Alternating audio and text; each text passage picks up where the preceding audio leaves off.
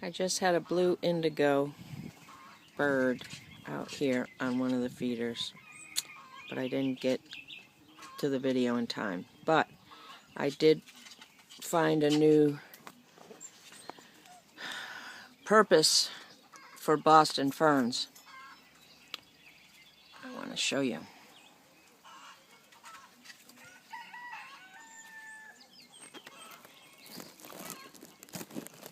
They make perfect little wren nests. And then there was one. I don't know if there's a nest in this one or not. Oh, maybe. Oh, they got it started, but no eggs yet. Alrighty then.